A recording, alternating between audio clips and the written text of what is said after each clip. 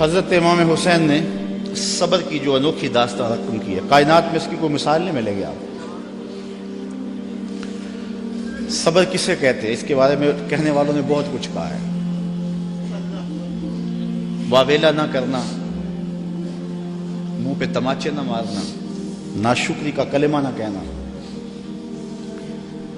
اعضاء کا ایسا اضطراب کہ جو شریعت میں نامحمود ہو اس کا سرزد نہ ہونا، صبر کے بڑے مفاہیم ہیں۔ لیکن صبر کا مفہوم میں نے ایک یہ بھی پڑھا ہے کہ صابر وہ ہے جس کے معمول عبادت میں فرق نہ آئے۔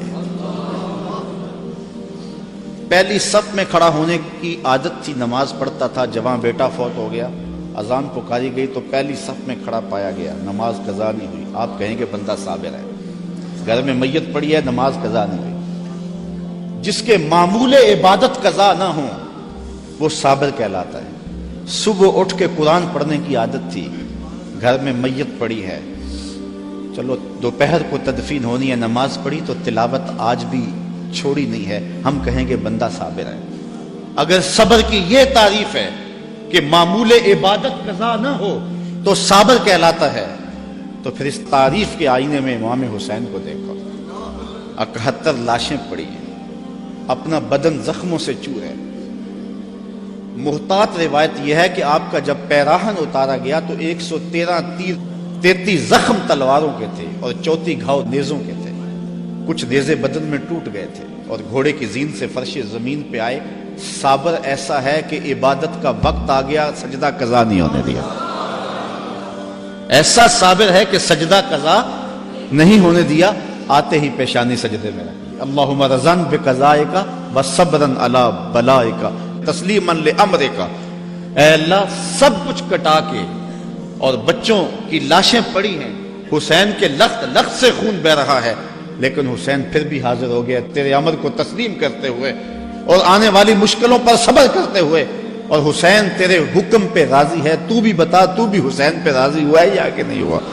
آواز آ رہی ہے، اس نواسے پر محمد مصطفیٰ کو ناز ہے، اس پیاسے پر علی شیر خدا کو ناز ہے، اوروں نے بھی سجدے کیے پر اس کا عجب انداز ہے، اس نے وہ سجدہ کیا جس پر خدا کو ناز ہے۔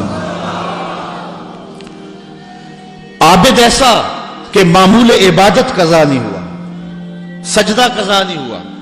اب آپ جانتے ہیں کہ امام حسین کا سر جو تھا سجدے میں جھکا ہوا تھا کہ دست قاتل نے سر انور کاٹ لیا، اور پھر سر انور کو کاٹ کے نیزے کی نوک پہ چڑھا دیا۔ یزیدیوں نے اس لیے کیا کہ اپنے لشکر کو تسلی دیں کہ ہم کامیاب اور کامران ہوئے ہیں، دیکھو سر حسین کٹ کے نیزے کی نوک پہ چڑھ گیا۔ تو جب انہوں نے نیزے کی نوک پہ سر حسین چڑھایا تو لشکر یزید سے آواز آئی، یہ کیسا سر ہے جو کٹ کے بھی سر بلند ہے؟ اس کی سر بلندی اب بھی نہیں گئی، اب بھی یہ اونچا ہے۔ اور جب سر انور نیزے کی نوک پہ چڑھایا گیا تو اس انداز سے چڑھایا گیا کہ کٹی ہوئی گردن کا رخ آسمان کی طرف اور سر انور کا رخ زمین کی طرف۔ تو کسی شاعر نے تخیل باندھا، بآں کے سر نیزے پہ اور سوئے زمین ہے روح، یعنی سجدہ ثانی کی ہے آرزو۔ رکعت میں 2 سجدے ہوتے ہیں، ابھی ایک ہوا تھا کہ سر کاٹ لیا گیا، حسین کی پیشانی میں دوسرے سجدے کی آرزو مچل رہی ہے۔